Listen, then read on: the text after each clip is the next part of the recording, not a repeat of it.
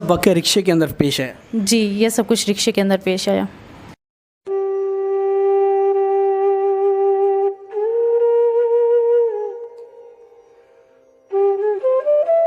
तो दोस्तों, आज की वीडियो में हम लोग देखने वाले हैं पाकिस्तान में 23 साल लड़की जिसके साथ रिक्शे वाले ने जाती की, मतलब गलत करा। जब उसने मदद के लिए शोर मचाया तो किसी ने भी उसकी हेल्प नहीं की। ये सारा वाकया कैसे हुआ, कहां पर हुआ, उसने ऐसा क्यों किया, क्या है पूरी कहानी, चलिए उसी से जानते हैं।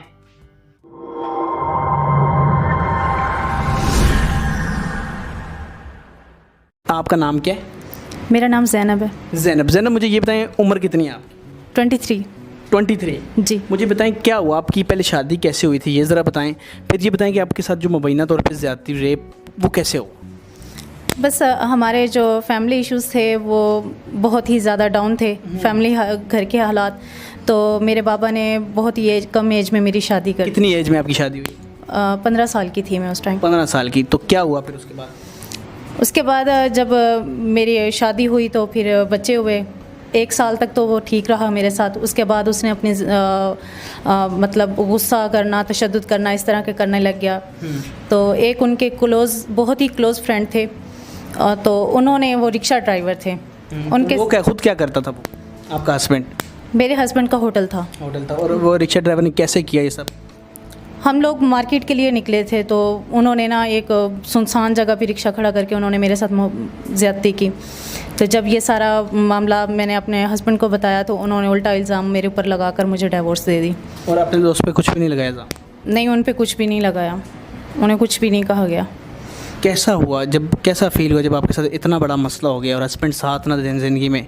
एक लड़की हो के, यंग लड़की हो के, कितने ख्वाब होते हैं एक लड़की के, कैसे ख्वाब टूटे?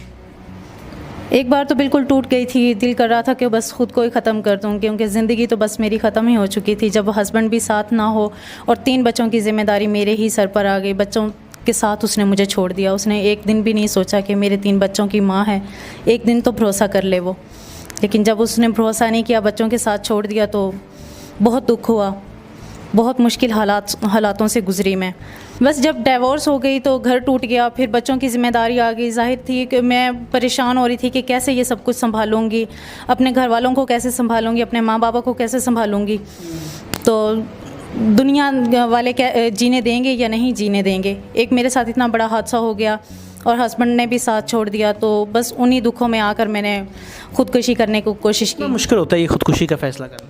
बहुत मुश्किल होता है, बहुत मुश्किल होता है। कितना इंसान टूटता है, ज़रा ये बताएं।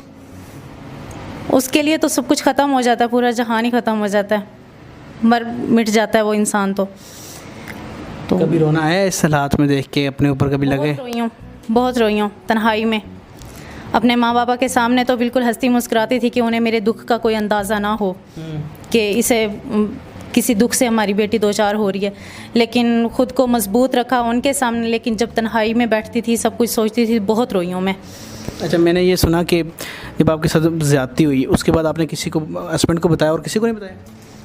बताया सबको, लेकिन किसी ने एतबार नहीं किया। मेन बात थी कि जब हस्बैंड साथ खड़ा हो तो पूरी दुनिया जो मर्ज़ी कर ले, तो कोई कुछ नहीं कर सकता। अच्छा, ये सब वाक़या रिक्शे के अंदर पेश है? जी, ये सब कुछ रिक्शे के अंदर पेश आया। अस्तग़फ़िरुल्लाह। नाज़रीन, ये हालात हैं देखें। और इस लड़की ने इन सब आगे क्या किया, मजबूर हुई। फिर एक तो ज़्यादती हुई, फिर हस्बैंड ने छोड़ दिया, मजबूर होकर लाहौर आई। लाहौर इसने एक काम स्टार्ट किया। वो क्या काम स्टार्ट किया था आपने? फूड पांडा में जॉब कर रही थी, लेकिन ये इंटरनेट के मसलों की वजह से मेरा काम जो है, रोज़गार, वो भी बंद हो गया। इस वजह से आई हैं कि वीडियो बनानी? जी, वीडियो बनानी है, बिल्कुल। नाज़रीन, ये पर्दादार औरत है और यकीन करें बड़ी मुश्किल में कोई होता है। वीडियो बनाना कितना मुश्किल है, वीडियो बना के आना मुश्किल है, बहुत ही मुश्किल है। अपने आप को मार के आना पड़ता है? बिल्कुल ऐसा ही है, ख़ुद को मार के आना पड़ता है दुनिया के सामने। क्योंकि आज के वक्त में दुनिया में कोई जीने नहीं देता, भेड़िए ही हैं हर तरफ, जिधर भी देखो। एक अकेली औरत के लिए इस आज के वक्त में इस दुनिया में जीना बहुत ही मुश्किल है। अब आगे शादी का तो नहीं सोचा कभी? कभी नहीं, करनी ही नहीं है। बिल्कुल। नाज़रीन, ये इन्होंने कुछ, ये चाहती है, लाहौर फूड पांडा में काम कर रही थी, यहाँ आई फूड पांडा की डिलीवरीज वगैरह कर रही थी। लेकिन वो भी इन पे ऐसे हालात आए कि अभी भी देखें इनके दिल रो रहा है इनका। मैं बड़ी पत्थर दिल हो जाती हैं ऐसी यंग लड़कियाँ जब उनके साथ इतना मुश्किल होता है। यहाँ पर इंटरनेट बंद है फ़िलहाल, अब इनके बेरोज़गारी की इंतहा हो चुकी है, कैसे खा पी रही हैं? आपके तो साथ तो बच्चे भी रह रहे हैं। बहुत मुश्किल था, बहुत मुश्किलों से गुजारा हो रहा है। मैं अपील करती हूँ हुकूमत से कि इंटरनेट को बहाल किया जाए अल्लाह के वास्ते, ताकि हम गरीबों का रोज़गार चल सके। और पूरी दुनिया देख रही है, आपकी हेल्प ही करेंगे ताकि आप अच्छी आपकी किडनी को क्या इशू है? मेरी किडनी में स्टोन्स हैं।